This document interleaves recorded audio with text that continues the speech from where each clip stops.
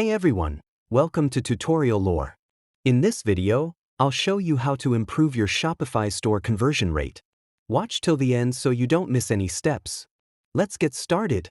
Step 1. Optimize your store design. Ensure your website is visually appealing, mobile-friendly, and easy to navigate. Use high-quality images and a clean layout for a seamless shopping experience. Step 2. Improve page load speed. Fast-loading pages increase conversions. Compress images, use a fast theme, and minimize unnecessary apps to boost speed. Step 3. Simplify checkout process.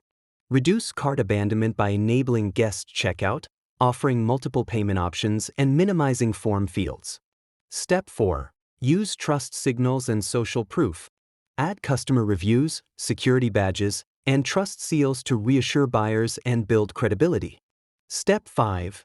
Add strong call to action. Use clear, action-driven buttons like Buy Now or Limited Offers to encourage purchases. Outro. And that's it. Now you know how to improve your Shopify store conversion rate. If this video helped, like, share, and subscribe to Tutorial Lore. See you in the next one.